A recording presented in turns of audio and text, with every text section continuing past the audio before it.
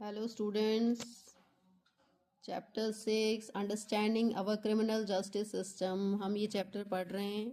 हमने page number 66, page number 67 भी पढ़ लिया है, समझ लिया है।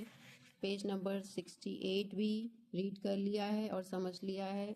69 भी रीड कर लिया है और समझ लिया। अब आज हम पढ़ेंगे page number 70।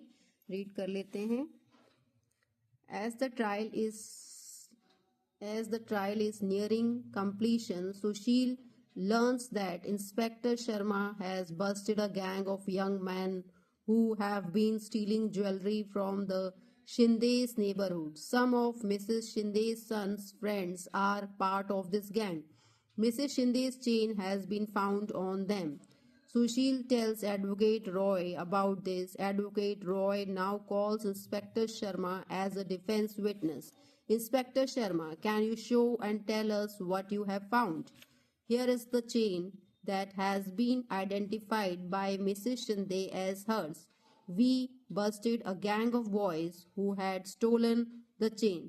Those boys have admitted that they stole the chain.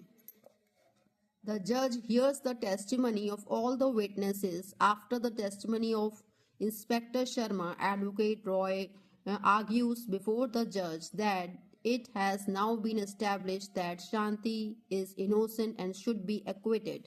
Shanti, who you are hereby acquitted of the charge of theft. The police will hand over to you the rupees to 10,000 that they had sealed.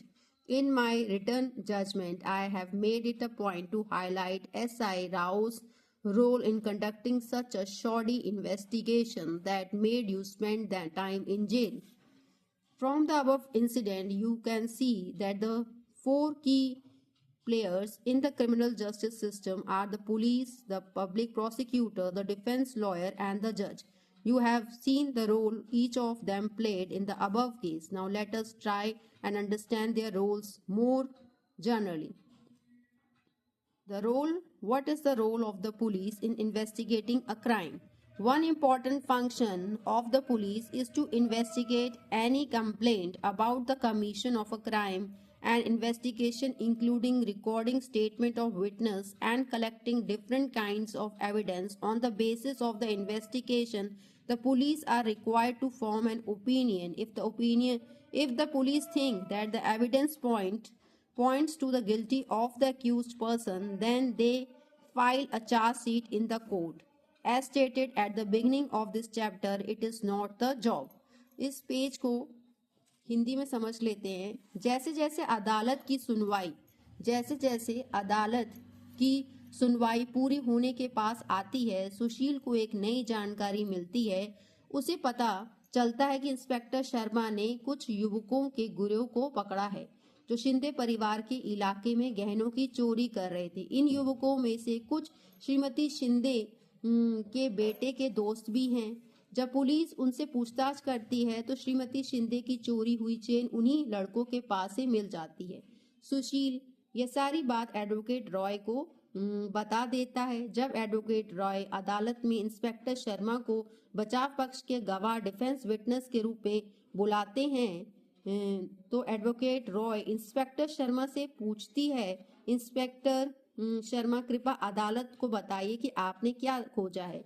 इस पर inspector Sharma अदालत में कहते हैं कि चोरी की chain मिल गई है।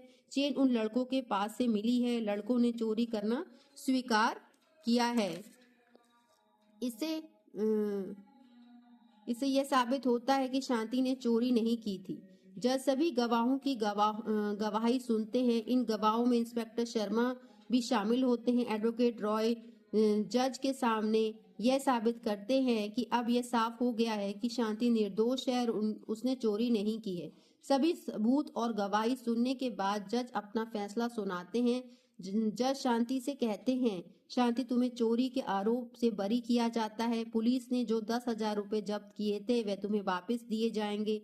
मैंने अपने लिखित फैसले में यह भी बताया है कि सब इंस्पेक्टर राव ने जांच में लापरवाही की, जिसकी वजह से तुम्हें जेल में समय बिताना पड़ा था। तो हमने ये स्टोरी समझी है। अब इसके 4 मेन जो